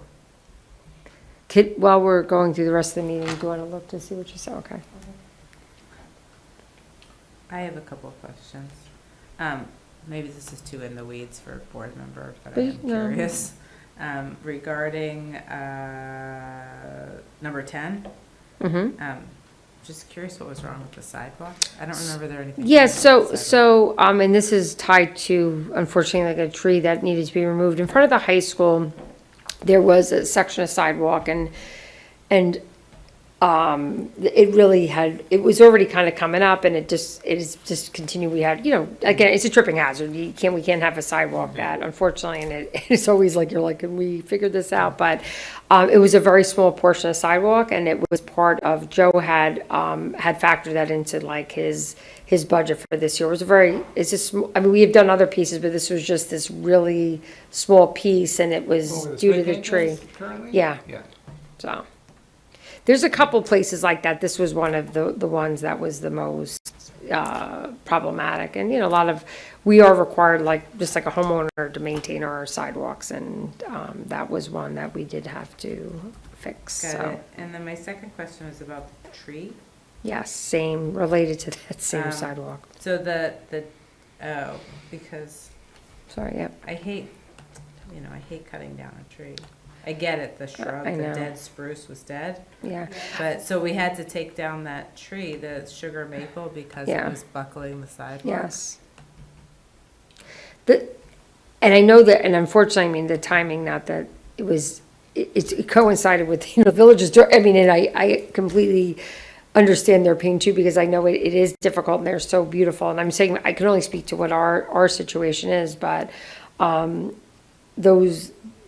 this is not the first time we've experienced this around the building, and it was quite pronounced. I mean, the one thing that I spoke to Joe about, and again, it's like anything else, we did have a lot of things going on this year in terms of wrapping up, between the damage of height, and I'm not excusing it, but I'm like, we really need to do, and we've done this in the past where we go through and kind of have an accounting of all our trees and anything that we think that is potentially needs to either be removed or, whether for its health or the impact it's having on our property. This was one, I'll be very honest, like that I was aware of, and then I think it was just not something that was like really on the tops of our mind, and then Joe was like, we have to take the street out, like, this is the sidewalk. I'm like, oh my God, it was kind of, the timing of it wasn't ideal, but, and to your point, I think there's sensitivity, and I think as much as, there really was no choice in this situation, but I think what we need to do is just, like, maybe if we do something that either reports out, I know this sounds, but like, we had a similar situation a few years ago in front of the middle school. There were a couple of trees, and they were leaning, because they were planted in boxes, but they weren't like really, like, sometimes people plant things, but I'm not an arborist, but they're like, I don't know why anyone would have planted this tree in this, a planter, it's not a planter type tree. And then, of course, it was a beautiful tree, but it was not appropriate in the the roots. So the long and short of it is, I think, similar to that, we're gonna have to really, similar to when we've had to take some trees down at Burke the last few years, which were either becoming hazards and, things like that, this is something we need to have, kind of work on, having a report, update a report. We have a reporter update the report that we have, and maybe continues, like, if there's something that we're considering or thinking or believe may need to be removed, we'll come and report it out. I mean, it doesn't mean it won't happen, it just means that, like, or maybe discuss if there are any other options. But this one, I have to say, it was really just coming right up through the It sidewalk. wasn't very controversial. No. But I know sometimes just because maybe even people weren't even aware of the tree, but just knowing that there's so many trees being taken down, and occasionally if someone's like I know there are some people who like walk around there like, oh, what happened to the tree? They may not have, maybe on the sidewalk, but if that particular tree, to be honest, it was healthy except for what it was Right. doing to our sidewalk. So that one is a harder one to take down because it was lovely, but it wasn't, planted in a good location that, we can't have that, so. But like anything else, we'll work to either replace anything with things that are more appropriate, that, we're able to grow and not impact anything else around the school. Okay, thank you very much. Any other questions? No? All right, let's move on to business items. Let's move on to voting on them. If there are no further questions, do you have a motion to vote on business items 1 through 13? So moved. Is there a second? All in favor? Aye. And then business items, section B, placement and services for CSE and CPSE. Are there any questions or comments on business items in B? No? Is there a motion to vote on section B of business items, placement and for services in CSE and CPSE? So moved. Is there a second? All in favor? Aye. For personnel, It's a motion to approve. motion to approve, I'm Just sorry. want to make sure. I'm new on the lingo I still. know, but I just want to make Super. sure we don't get in trouble later. Okay, thank you. Motion to improve. Motion to improve, I like that. Start the new year off right. Always a motion to. Yeah, always. Motion to approve, correct. Personnel, Melissa, is it correct to say we have a consent agenda? Yeah. So we're voting on A through D. A through D as one slate with the next motion to approve. Any questions, right? So are there any questions to the A, B, C, or D from personnel? I just had one question. There was a comment on one of them that someone who was going to resign, the caveat was a suitable replacement. Is one of the appointments the suitable replacement? I can speak to that. So that search is ongoing right now. So when a person resigns, they put their requested resignation date. We have the legal authority as any school district, any public school district in New York, to hold someone 30 days, regardless of where. it's atypical that districts do that because we want to make sure that people get where they need to go in a timely fashion. Everybody's settled. We have the post, the pool. Because of the timing, there's a little bit of ambiguity about the date at the moment. We are working in good faith to expedite the search, but that's why you're seeing that. Got it, thank you. And the particular individual, unless it's changed since late last week, because I had to bring them that news, they completely understood and agreed, Yes. and will serve within that timeframe. Okay, So, And everybody's trying to do the right thing and get things moving. yeah, great, okay, thank you. Excellent. Is there a motion to approve? Thank you for catching that. Personnel items A through D. So moved. Is there a second? All in favor? Aye. Moving on to minutes. Are there any questions or comments about the minutes from our last meeting? So section 7A.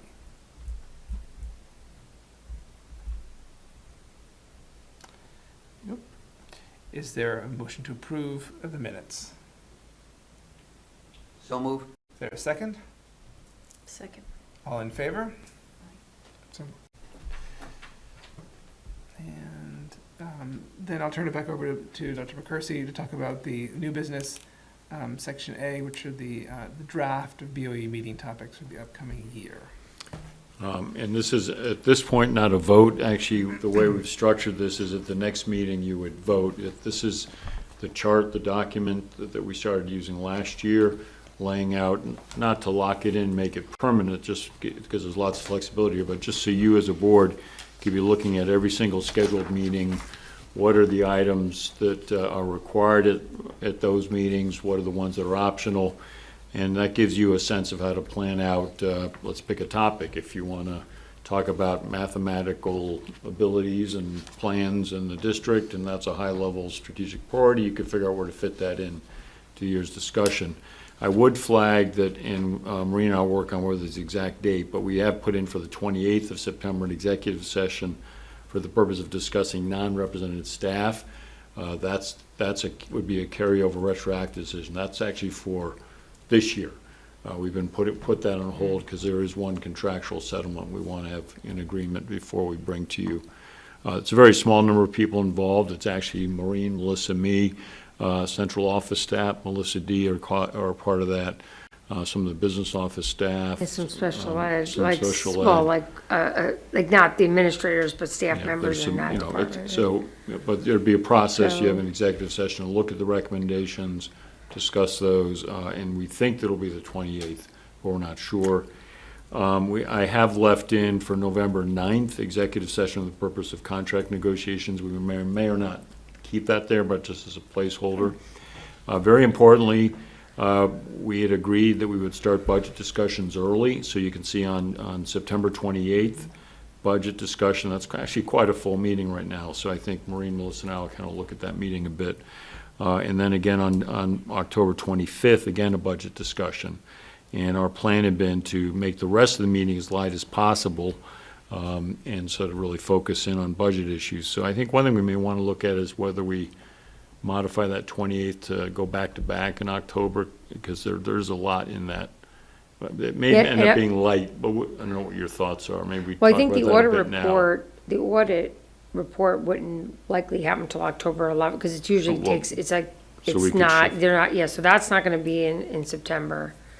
Only because like it would be, they have to issue the report, and it's just like a timing, like a lot of times, they're like under the wire to get to districts by October, like they don't really present because they can't, meaning our orders, like they have to present the finalized statements, and that is, they have to go through a bunch of different jumps. But, so that one will not be on the 28th, and I think the budget discussion, we should have like, I think even if it's more to talk about or agree to, like what, I mean, we have like some framework of what we believe, how we should like break it up and how we should focus that. But on the 28th, we could at least, maybe even just use that to carve out some thinking about like what those topics will be. Okay. And then proceed with it so that we could keep that lighter and then get into more discussions in October. Yeah, so Maureen's agreeing that I'm reluctant to push that, start delaying that when I think it was a good commitment. Yeah. We start talking early, so, okay.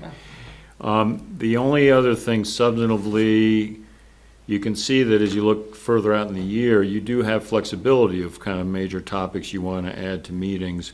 And the other thought we had is a major topic, if it's curriculum, you might say to Melissa, let's modify a bit your report to have that pick up whatever that curricular issue. Similarly, for Marine, maybe if there's like the water issue, if that, you know, that could get folded into the slot that she has. Or there could be something, the super report that is not listed here, because that's standard, we just didn't list that. There may be something I pick up. The other change we made is we did not build in this year every single meeting a COVID report. We'll bring that up as needed, which I think we will be able to get to. Last thing is, we are recommending that if possible, this be the last meeting in this room, that we would shift upstairs to the middle school auditorium. We do have to do some technical checking on that. I'm looking at Patrick to make sure that that room will work as well as we think. But if it does, and there's air up there, because the next meeting we still may need air, that's really, it's your decision, this is your meeting. Oh, no, they have great You air know, conditioning but upstairs. there we go. So I think we would try and be up there, and meaning we're talking the 13th of September, and then at that meeting, working with Melissa D., we would come back to you to say, actually, to lock in for the rest of the year, where will we be? Some of us were thinking, well, I was thinking every other meeting shift, but I was prevailed upon to say, no, Bill, probably more down here, meaning upstairs in the middle school, and periodically going up to Hillside. Makes most sense. But really, this has been a wonderful room, but we've got 2 better rooms now for your meetings. So if Would you. that be a vote that we would have to take as a board, or how do we? No, it's just like a location, we just have to make sure we let Just people you know. agreeing, yeah, I mean, if, unless you're opposed, we would react to it today. We do want you to vote next meeting on this agenda, just so it's, again, you're not finalizing it, but just say, aha, you've committed, you Right. know. Right, this is the got agenda. flexibility built into it. But location, I guess, you know, Yeah, and I would think like to some of the talk about thinking that. too, I mean, especially if they're, I mean, the nice part about either of the locations in Hillside, it is easier, like, if we anticipate, like, during a budget discussion, we think we're gonna have more people, because A, it is easier to park up there, it's easier for people to access the space with the new addition, so, you know, some of it also, it allows people to see it, that may not necessarily be at Hillside, but I think it also, it's actually, I mean, the space is designed, it's a better design really for meetings. Yeah, it's like, so there's aspects of that, and then here as well, we think is also a great space, and it has, you know, it's a good usable space that's set up for meetings to be run I there. think it's a great idea. Yeah. I mean, from my perspective also, you know, to go into like Hillside occasionally, where those parents who are familiar with the building, we're there, you know, because honestly, if I didn't have kids in these schools, I don't know if I could find this room. You know, Right. So. We don't Even currently with have kids a- in the school. No, it's true, but maybe, you know, we'll come back to the sort of the old Our days. administrators' offices are in this building, and Yeah. we don't have large public comment. No, it's true. But Yeah. occasionally, it's good to be Yeah. preparing. No, but I meant like if One- we've of course. anticipated maybe a night that we would, I don't mean, there could be Yeah, an you give a an great evening example, where I'm budget saying then I would discussion. say maybe Hillside would be better in that particular night, because it would be easier for, like, even security wise, like, to your point, like you do security, you're like, take a left, go up 3 steps, you know, so Right. even accessibility, I think it would be nice if we could provide that, like, if we anticipated more people, so. On the same idea, since we're looking at it, meetings and meeting locations, if the board could, when we get a chance to consider it, we were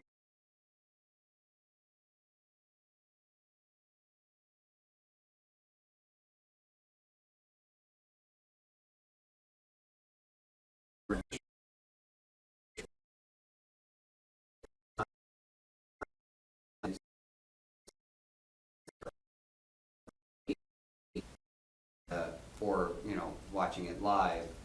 So I'd like us to, you know, rules as the 7 trustees, I would be in favor of pushing it into the dinner hour of 6:30 instead of starting 7:30, and it looked like all of our dates went out as 7:30s at the moment, Bill. Yeah, at the moment, I guess I'd suggest, not to extend the meeting here, but we may want to resolve it now. There are only 4 of you, and maybe we need to have all It's a 7. little awkward to do it with the. Because yeah. we did talk about it in July, we kind of were excuse me, thought well, it between the board administration, we were kind of stuck on what the answer was, so we fell Okay. back to 7:30, but I think we're open to it being earlier. Can I, But so I guess, well, look, politely, I think it's really a board issue. I think you all It need to is. decide what you want. I do, Alex, I what do you do, think? no, I do agree then. So the hitch that we had when we talked about it back in the spring was that, you know, if we had an executive session, we wouldn't have the space, but we could look at it in a reverse sort of thing, where the standard time we meet would be 6:30, and if we required an executive session,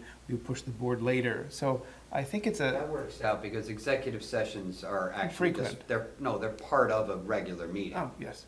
We're supposed to open a meeting and then go into executive session. So if we opened the meeting at 6:30 and did the executive session at the end, it's more of an exhaustion issue. Or it's Right. more of which, I think the downside was if we had a specific person waiting to talk to us, we might have to switch a meeting or a date. And I know other people's schedules or the commitment, the time commitment, but But I do think you'd probably get more We'd have- people, if, you know, if we held it at 6:30 and if it worked for administrators, I think administrators might get out of here a little earlier, generally our speaking. principals would love Yeah, I think that would be to get home no, it's a early. good idea. I'm glad you brought it up.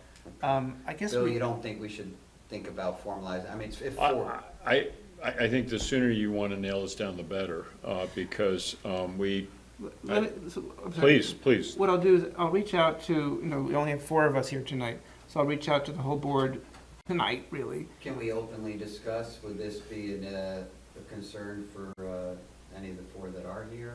Who would like to set up 6:30? Can I just, oh, I'm sorry, when you answer, I have a question, though. Would it work, Doreen, for you, or? So here's the question, I was a little confused, me, not your explanation, I was just been a long day. I was a little confused on how we would handle executive sessions. You'd say, I say executive sessions, although you'd like to announce, you know, when they're gonna be, they're part of a board meeting. We don't have 2 meetings. We have a board meeting we have to open, and then we have a motion to go into executive session. And then we're supposed to come out of an executive session. Residents are supposed to be able to see how long we were in an executive session based on the blackout. And we would come out, and then we would close the meeting. So I didn't think whether or not the executive session was before or after was really a challenging concern for the board, but what I was trying to say is, I'm not sure how it affects who we bring into the executive sessions. As you know, sometimes we have a HTA representative, or sometimes we have a lawyer who's coming to speak to us, and I think it works well when we are able to tell these people, we are gonna start right away with your executive session. So I don't know, as Alex was saying, maybe on that 1 every 4 meetings, it is executive session at 6:30, with the meeting then restarting. I think there's also been an issue, we'd like the public to know when we're gonna start real business, so we do a long adjournment until that 7:30, but I think it's flexible. I gotta go to the next yeah, class. sorry. Oh, it's the class bell, right? It's a jarring sound. Night school. Yeah, we didn't tell you. Night school. So what you're basically saying, it's basically semantics, really. I think it's So- flexible enough to work with the So, eight executive sessions we might do, but we do have, 20 board meetings. yeah, so what you're saying is we would set 6:30, you'll see if this is tentative, with the rest of the other 3 feel. We've set that work for the 4. Executive session would start at 6:30, and we'd notify that the public meeting We would be will. at 7:30. Yes. But what we Yeah, did, go ahead. you're right, and then this past, I felt a lot of our executives were rushed because we were trying to honor that commitment to the meeting, and it Right. could be more, that would be a choice for the trustees.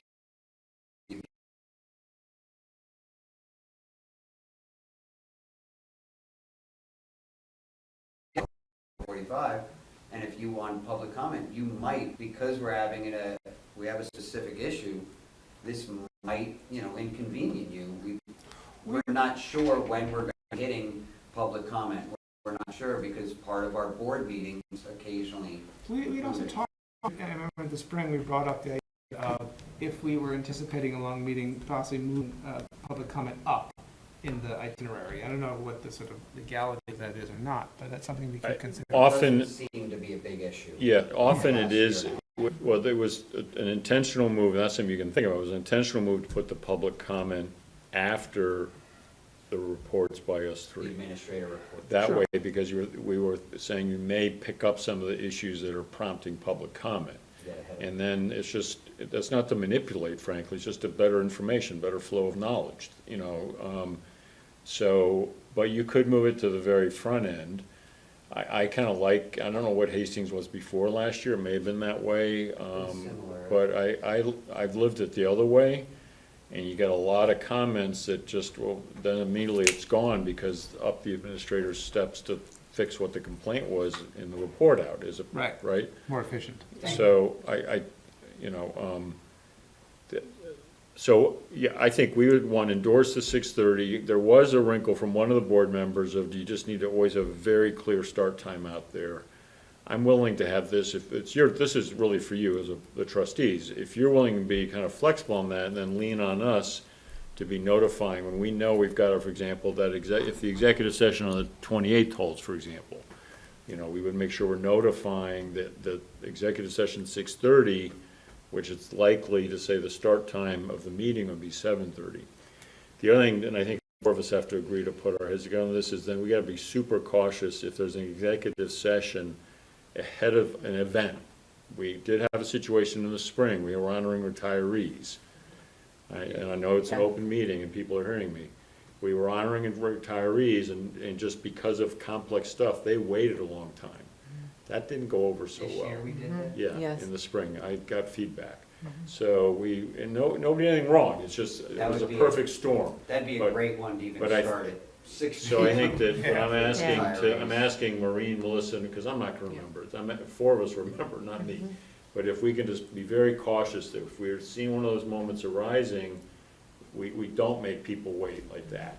And legally, is it 48 hours? If we were changing the time of a meeting, is it 48 I think it's hours? 24, isn't it? It's 24. Right, if we wanted to take a 6:30 meeting and move it to 6, Yep. I think with so many of our residents accessing these meetings Yeah. on tape, I think putting the priorities of the retirees and the administrators ahead of the people who have to return back to this building in 6 hours' time if it was Yeah. a midnight meeting. Yep. Maureen? No, I was just gonna give a suggestion, as we talk about time, and again, obviously, the board has to deliberate on this, and I know we identified a few executive sessions in here. Do we want to, as we consider the schedule, consider that we may need more, Bill, like, earlier than, I'm just thinking, like, I know we have November 9th. Well, we're gonna need more executive sessions. Right, like, so I'm thinking as we're developing the schedule, maybe if the thinking is to start at, the regular meeting at 6:30, then maybe we just want to make sure that everyone knows that there's a very high probability that a lot of these meetings will have to have an executive session starting at 5 or 5:30. We weren't saying that we were gonna do the executive sessions before that. I think some of Oh, our okay. trustees can't make 5:30 Okay, that's fine. meetings. What I was saying is, I wasn't as comfortable with the way we bill it as two separate meetings. Legally, So- or not legally, technically, we have one meeting which has. With an executive session Which has a component. blackout period at Okay, any that's time in fine. it, and the public is inconvenienced by not knowing the Oh, I gotcha. length. So it's always 6:30, and there's Right. times that the open portion of the meeting may We've start at tried to be 7:30 and other respectful of times. the Gotcha, public, gotcha, even if they're gotcha. watching live. They Sorry, don't I'm know catching up when now. we're I gonna was come back looking out. at the, No, well, you've had long days, so it's fine.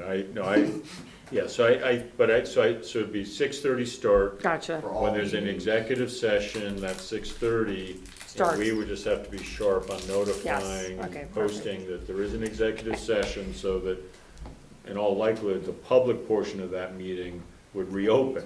But if we At had principals presenting, we might choose not to do executive session first, and we have that flexibility. I was asking, we have the flexibility on modifying a start yeah, time, but we for also sure. have the flexibility on when we get our Yeah, presenters see- home. Yeah, because the other, I wouldn't necessarily advocate this, but there could be, if it's a within-house executive session, say it's just on a tighter topic, Yeah. we're not bringing in an attorney, And if we're starting at 6:30 and getting through things like we did today, because till we got to this, what time is it now? I mean, 9:10. And, you know, so we would be at 8:10, right? And then you might say there is the energy for an executive session added on at the end. Most boards don't do that because they're starting late enough that they're like, but, so.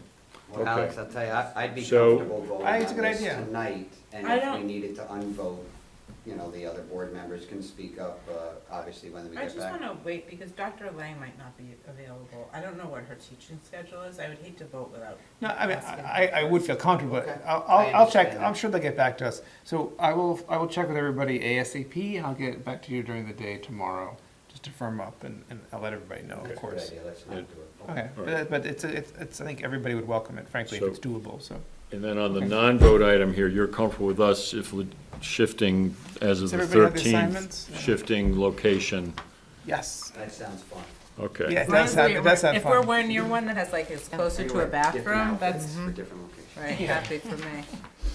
Can I have one more comment about the calendar? Can I just talk about this? The thing that I always bring up, I brought up last year, is so we don't talk about the school year calendar review until 3/14. And I remember from last year, it's a bunch of things because you need from New York State, the regions, and blah, blah, blah. But it is, I want to know how we can, I think that it's clear that many of the residents would want to make sure that it starts after Labor Day.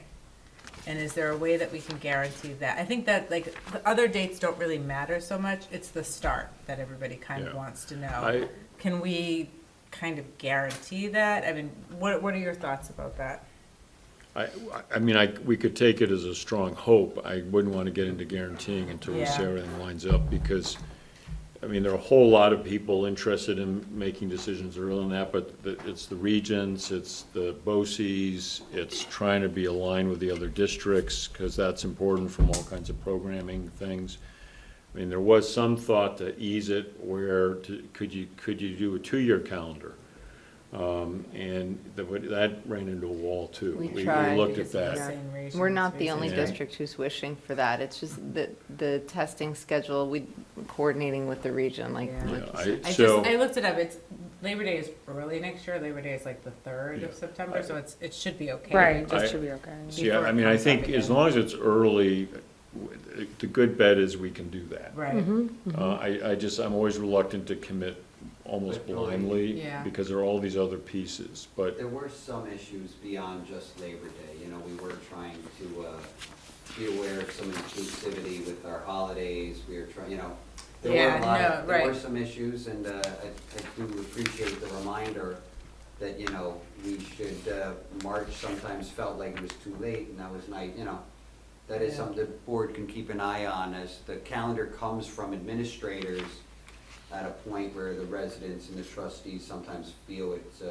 it's pushed in the schedule. Yeah. But there were quite a few issues there How does with, New York, that we've heard from residents. how does New York City always starts the Thursday after Labor Day? Like, how do They they, go- how do they they go a plan? lot- How do they do it? They go a lot later than us.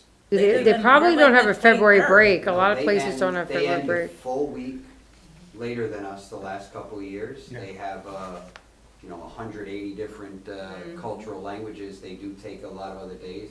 They have 0 snow days in a typical year, whereas we often, because of the Yeah. culverts. Blame it on the culverts. So there are some issues, Okay. but I think the residents have spoken out a little bit the last 2 years. It seems to be rising up a little bit more into the, Post Labor Day. Yeah, I will say, even, and to Jeremy's point, can we get it even figured if out in it's, February? remains a March thing, I think February's we all have our budget eye stuff, on it, That's we're right. all more aware of it that than. first Just that, like, proposal. Could we get Right, we it really gotta figured out? dig Yeah. into it, not just, Yeah. That's too early. I think that's doable. Yeah, it was 2 years in a row that Right, and we kind of like, we were- once bitten, twice shy, we Yeah, had some everybody gets it. challenging discussions that yeah. didn't go well. But it'll be completely different because we have a new board member. Yeah, that's right. Yeah, so, what I was just sidebarring here with Melissa. Right now, I would recommend you keep it as that March sequence for the calendar. We're gonna explore February. Oh, I mean, okay. even moving up 1 month, but again, There's some ways in New York City it's more flexible than other states, there's some that it's not, and this is one of those not moments. Sorry. No, we can just Got keep it. looking into Thank it. you, Sorry. appreciate it anyway. But we'll do some looking to Yeah. see even if we can. I guess there's also a way to create a calendar that says if the regions were in around this date, like this would be the impact, like you could probably have some kind, First thoughts some thoughts on it. without it being completely locked in, like if it's right, yeah.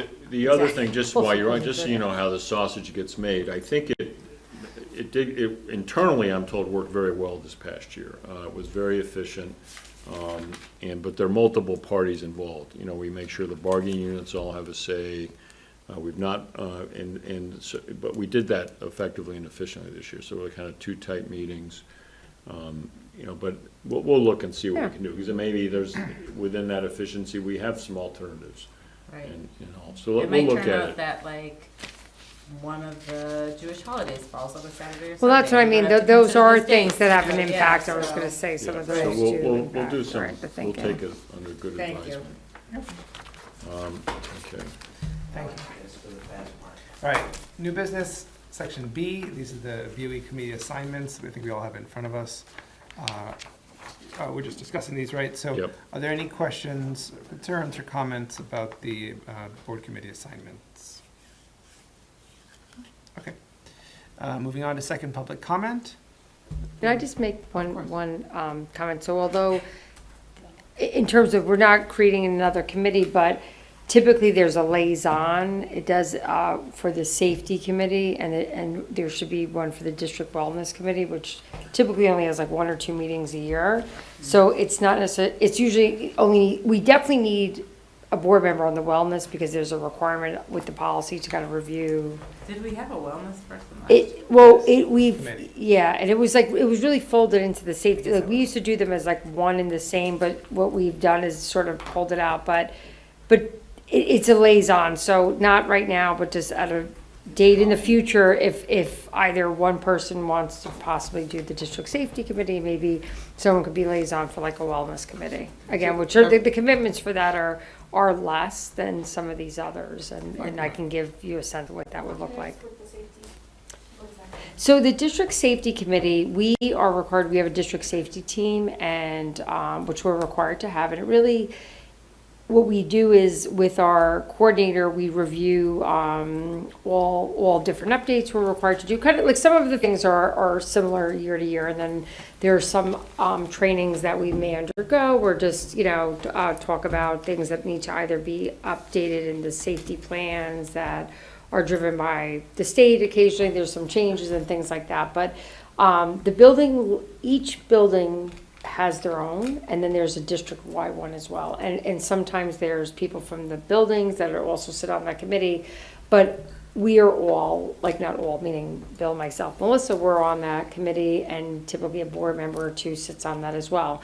And it's good because as the board ultimately does have to approve the district-wide safety plans, and we do review those with our consultant from Alteris, and they just really kind of go over like, some of it is really compliance and highlight some of the changes, but Doreen actually was on the committee last year, and Sylvia was as well, so it is a good opportunity for board members to understand some of the things that are being considered or contemplated. Occasionally from those committees, we've made recommendations for either increased security, or there are things beyond what we're required to do that have been recommendations out of the committee. So the board member that is the liaison to that committee it's a good perspective to have a board member also sitting on it, and it's a requirement also. It is a requirement to have a board member on that committee because they are required to be, they're a required member per the state in that committee structure. But it's not considered a board committee, it's considered a liaison position for the board sitting on that committee. That's So- something we can do in the moment, like ad hoc, just, Well, I would say. I have a suggestion. I mean, it may be that we add a third layer to this. Liaison. Liaison assignments, board liaison assignments, and then we could, right now you said it's wellness and safety. And I know like sometimes there's like the Putnam School Board liaison person that may, and I would say that So we typically could- for continuity, and because, I'm sorry, but as far as the safety committee, that person is actually named, and like, Doreen and Sylvia's names were in our like appendices for that, who like sat on that committee, so I'm not saying it couldn't be more than one person, and if two people, like that could either, if one This is person. Right, if safety. somebody Yeah. can make it. Yeah, Okay. I'm sorry. So what I would suggest, Alex, if you could poll your members as to who wants to be the wellness liaison, the safety liaison. Separately, okay. Yeah. And Putnam right. School Boards, And or so- is it, Putnam. not Putnam, Westchester Putnam, not just Putnam, it'd be Yes, random. and that's one for each, right? Yeah, because isn't there, typically we have a person that, you So know, It's not a board required committee, but having a liaison. I think we've is a called it, like- requirement on that. yeah. Okay. Yeah. It's a little. So- And if you look at other districts' websites, you'll see that they break it down like that. There's like required board committees, and then there's liaisons. Now, I don't I've think seen the that in Putnam's, Irvington, I think. right, they're not required. You're not required to have a Putnam. But typically, we would have a person because we Yeah. do participate in that. Yeah, and then this is nice, this is very clean, so I think I'd just be Yeah. adding that Yeah. third layer, or make that the middle, anyway, Okay. right? Okay. Okay. So maybe, All right, so we'll- just to move it along, Melissa, if you maybe update that with the empty slot, and then send that to I'll Alex, and poll you can the fill it out. trustees and figure that out. The play card, the playbill, the card, whatever you call it, the Under- lineup. And I will card. say with those two committees, not for myself, but as you may remember, they typically do occur during the day because there's a lot of the people that are on that, or like, Yeah. only that's the only piece, not so much for myself, but with some of the teachers and the aides and different people who are required people Yeah. on that committee, they're kind of, that's why it typically runs a little bit either in the school day or immediately after, so that's the only piece, just as people are thinking about what they may be interested in. I'll let Yeah. everyone know that's the dynamic. you Yeah. know. Yeah, that's one of the few that are like that. It's super interesting if anybody, you know. if I they have- appreciate If you they're able to come during the day, they should. I mean, I'd do it again, but I'd give somebody else the opportunity, but I thought it was really interesting. Okay, I'll pass that around as well. Are there any other questions or comments about our committee assignments? No? Okay, moving on. Oh, thank you. Second public comment. Nobody's here. Board of Education comments. I just have one comment, because, you know, it's me. I just think that it's, you know, I was glad that parent came in because it's really interesting because she had just moved here, and I really am so hopeful for what Dr. McCursey was saying about everything being in school. You know, like having the meetings that we have, like the back to school nights and everything, and hopefully then we're gonna start having, like, especially in the elementary school, they have all those, you know, like, I don't know, they did like the China study and the Russia study and the, you know, the Halloween party, and, you know, I think hopefully our community will be able to start getting back together again, and I think that she'll probably see, and other community members will see a huge difference in the relationship they have with other parents, so my fingers are crossed that this is gonna be that kind of year. If you can arrange that, you know, no COVID, that would be great. A rain dance. I just throw out a comment. It was really nice hearing about all the work that went on over these last 2.5 months. And I think our public school industry in general, we have the idea that it's a 9-month work year.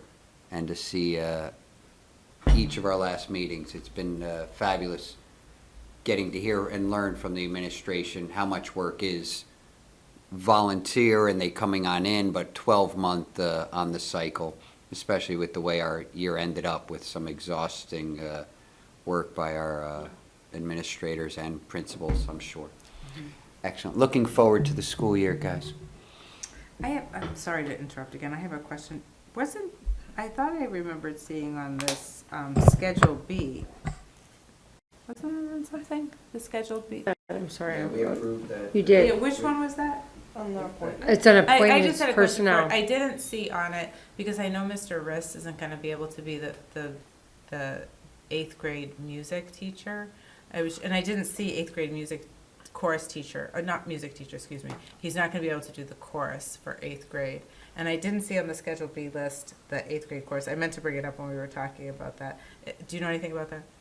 Bill, well, I don't want to let the cat out of the bag. Bill's going to be the one. And actually, at the leadership retreat today, we learned that we have a lot of administrators with really good voices, so they may Like No, Ariel but from Really Little good Mermaid. voice. No, but all jokes aside, the Schedule B is a living document, so it is being, if someone has not been appointed as of yet, and I'm not saying that they've found somebody to do it as of yet, but typically there are things added. At this time of the year, you'll see like that Schedule B will come back to each board meeting with more boxes filled out and more people being appointed. What we try to do is, as they're coming in and they've been through the process, we get them on and approve it.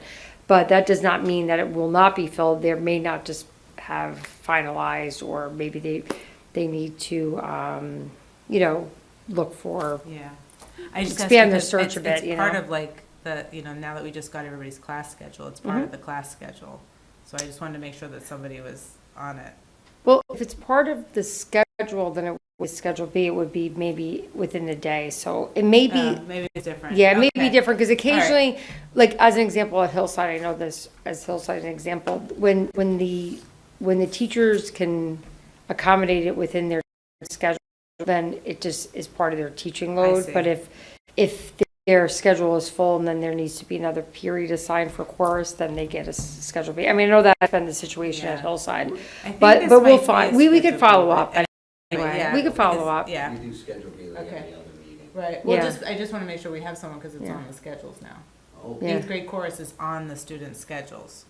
Is it extracurricular? It's like it's every other day on the AOK days. Well, But if it's in the wheel, then you that, have, Jonathan's in here for Then seventh, it's a eighth teacher grade assignment. music. It's an Right. assignment, it's not supplemental. yes, so not they a wouldn't get, Schedule if B. they're right, if it's happening during their So teaching you'll time, find some other music teacher to do it. No, it's already assigned to a teacher. I'm assuming that it But may be Mr. him, but, isn't doing it because he already sent out the email saying. he's not. I'd need to connect with Jennifer on it Okay. in terms of who Yeah. she assigned, but if it's during Great. the AOK, Yeah, that's it exactly would what be it a is. teacher assignment, and if Yeah. it's supplemental, it would be a Schedule B. Understood. right, so there would not be, they wouldn't get the Schedule B if they were getting paid for it during the school Got it. day, right? Great. Okay, thank you. Any other Board of Education comments? I just want to add another layer to what Jeremy said, and thank you, Dr. Szymanski, for that work that goes on in the summer. Not just that it goes on, but something that's, I notice every time it goes on. All those committees or groups of teachers, one of the things you always mention is how thankful they are to have that time to work together, and maybe how rare it is. So I think it's just, we've talked a lot about building sort of the connective tissue, and I want to thank you for putting together the curriculum review cycle and for facilitating that, and for facilitating it during the summer especially, because it's obviously a very valuable time, so thank you. And Bill, I just want to, I'm sure we all appreciate, the starting the budget process early. It's something that has been brought up frequently, and now we're finally doing it, and that's, I'm definitely thankful for that, to everybody. Do we have a motion to adjourn? So moved. Second? Second. Meeting is closed. Thank you. No, we got to.